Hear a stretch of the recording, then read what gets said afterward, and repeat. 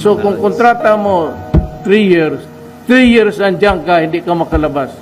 Day in, day out, maglinis ka ng bahay ng amo mo, tapos maglinis ka pa ng bahay sa daughter-in-law, tapos kapatid ng... Kaya, makita ninyo, lahat na publication, 3 hours of sleep. Tinitiis yan nila kasi magtrabaho, kasi para makapagdala ng pera, hoping na sa pinsan, i-enroll mo itong anak. They suffer the human derogation.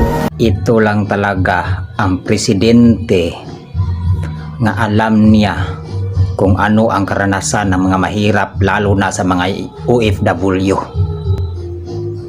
Ito lang talaga na presidente, mga lods. Grabe. Saludo ako, mga lods, 2 kamay, pati paa. Saludo. Wala nang ibang presidente na hinahangaan ko. Ito lang talaga. At ito, mga lods, panuorin natin. May puso pero matapang. Ito. Lusyutan, 6 billion. Noon pa yan. Walang kolekta-kolekta. Walang bayad-bayad. Kasi matakot na mag-enforce ang ano dyan, mayor. Kasi pag ginalaw mo, gastusan ka raw ng destabilization. Ako mas mabuti mag-contribute siya doon. Kasi kung may maniwala pa ng sundalo sa akin, siya unahin ko.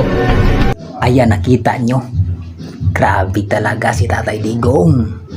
Ha? Walang pinalagpas. Hindi natatakot.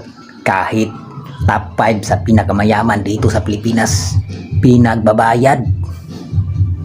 Ha? Hindi yan nagawa sa panahon ng mga dilawan.